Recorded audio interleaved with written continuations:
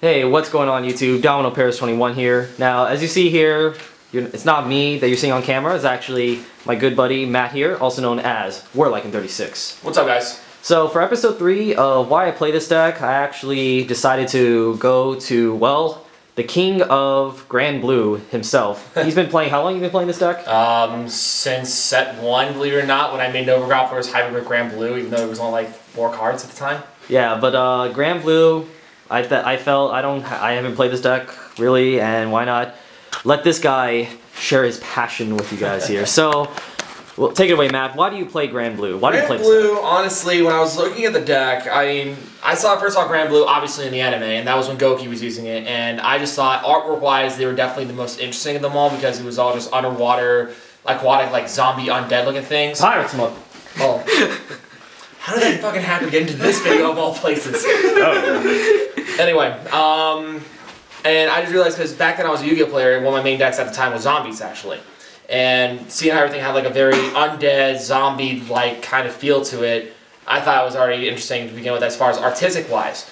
And then I realized that they actually did have all these effects that would revive themselves in the drop zone and have all weird effects going on. So that made me fall in love with it even more. That is pirates. It's pirates. It's freaking pirates. I just like because they're blue. Blue cards look cool. Well, it is Mega Atlantica. It is a Mega Atlantica Nation kind of deck. Oh. And the deck itself actually, and then when I first started using the deck more and more, because like I said before, I actually combined Nova Grapplers with Granblue, and it was actually called Nova Blue. Like, I literally played 4 Mario and 4 Blue Blood in like 1 Monster Frank just so I can keep with the Granblue devotion to it. And it actually was funny as hell because it actually still won most of my games when I did that. And then when set 2 came out, and then you know I Bass Kirks and then Spirit Exceeds and all these other random cards, even like you know crappy ass Negro Marl, which is like the worst grade 3 power wise in the game. So bad. Yeah, Cross Rides. You already have an automatic 5K advantage. Alright, let's see what cards you play. Alright, well obviously Night Kid would be the starter for my deck because it's just simple, pioneering, and then look at the top 10 to drop any one to the drop zone. Very important. So, yeah, it already sets up for drop anyway, and with this kind of deck you will want to drop cards like, you know, Deadly Nightmares, Samurai Spirits, Deadly Spirit, you know, all these random goodies in here. And when you start dropping all this kind of stuff, the more cards you drop into the drop zone early, the more advantage that your deck will have. And I just feel that it has that very kind of speedy kind of feel to it. And once again, referring to Yu-Gi-Oh players, all you Light Swarm players, you'll like this deck just because of the fact that basically it's Zombie Swarm. Mill. Yeah, you mill yourself to death. And that's where Rune Shades come in. Because Rune Shades, when they attack, you can mill 2 to give it a point boost. That card, I think that's like the best card in the deck. That's my favorite card. Yeah, Rune Shades, they're more of a mid-game setup. That way you can actually set up your drop zone to start dropping things. But when you start dropping enough things, that's when you really start just going off, honestly. And they're 11k for free when they Pretty attack. much, and that against Draconic Overlord and all these 11k Vanguards, they're just pretty godlike. And then, like later on in the game, when you ride into Kokaitis. That was the original avatar. Yeah, that is my avatar right there. You know, you can start. That's when you actually start going into the drop zone and start resurrecting things. So you can start resurrecting things, you know, like your Deadly Nightmares or your Mario, stuff like that. Get your boosters back that you dropped up with Ruin Shade and all these other random effects. So there's a lot to toolbox in the drop zone. Mm-hmm. You basically, like you said, yeah, it turns your drop zone into a toolbox, and then when you start just going things like going off like this, you can start dropping. You basically just start setting up columns. So you know you can start getting like the 20k columns like it would with Night Storms, or if you're doing Limit Break, it would be like 23 or 22 when you have a Deadly Nightmare behind Kokaitis, or another 20k column right there. If you're facing an 11k Vanguard, this guy's freaking awesome. It's Skull Dragon. Because then it's 21, so you can go... He keeps coming back every single turn, every single time.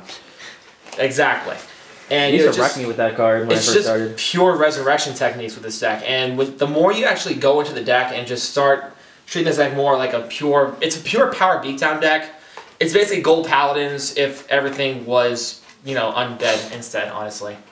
Because this practically uses Garmore and everything else is, just... In a way, it's a clone of itself, but Kokaitis can call a grade 3 as well. That's something Garmore can't do. That's true. So, haha, Garmore, you suck.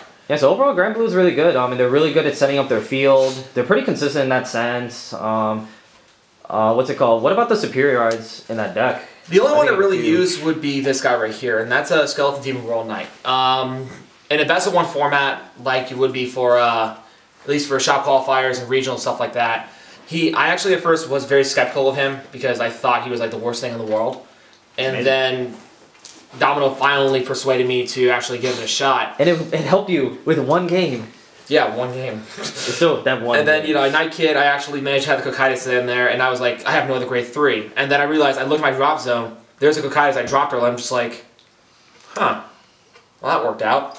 Drop, Superior Ride, you know, Counter Blast 2, and then revive like another random card I just, you know, or the card you discarded, whatever. Exactly. It saved you. So yeah, I mean, there's a lot of different options you go about. The drop zone, set up columns, keep yourself from misgrading, or just Superior Ride. I mean, Granblue, I don't know, why do you think that not many people play Granblue? Because I honestly think because as much as it just goes into the drop zone as much, it doesn't have as much speed sometimes. And it does have a limit on how far it can hit as far as power-wise. And that can really turn off a lot of players because a lot of players, they really see the cross rise and they see how much power they can get in just one swing. Or, you know, for like, you know, the end, they can get multiple attacks in. Granblues are just really just about power columns, and if you can't hit the columns, then it really does become a huge weakness with the deck. But, I mean, it's really an underestimated deck aside from that. And, like, how much is Cocytus? Like $4? Triple R is a number 1 in McDonald's. SPs are like 10. Yeah, I mean, it's a very... I think the most expensive card really is... SP Road Shades, which are 15 each. Well, you don't have to get SP, but... Well, I get SPs because everything's SP in here now. That's cool. Blue foils, I can't argue with that. Yeah. But yeah, I think, like, for those out there who's looking for, like, a good, cost-efficient deck, that's pretty good, that can still take on cross rides, I mean... I think you would recommend Granblue. And also fun, yeah, definitely. That and technically it actually is the first clan dash to come in with the 12 crits. So, yeah, 12 crits, 12 crit Granblue. Suck it, Kagero. Yep, so final thoughts? I honestly would say Granblues are definitely something to give it a shot. If you want a deck profile of this deck in general, subscribe to this guy. Subscribe to me. He'll probably have a link to my channel either somewhere here or down there. Whenever I feel like good when I upload. Yeah, whenever it feels like doing it. And I'll have a deck profile also on there. I think it's like the most recent thing I put in. I think we got some matches on my channel too, but check it out. Yeah, you know, Pirates motherfucker. Yeah. Yeah. So there you go. That's pretty much it. Domino, you want to say goodbye? I don't know. Alright, see you guys. Okay. Don't forget to leave a like for the next episode. Leave a comment down below. Share us your passion for the Granblue Pirates. Pirates motherfucker.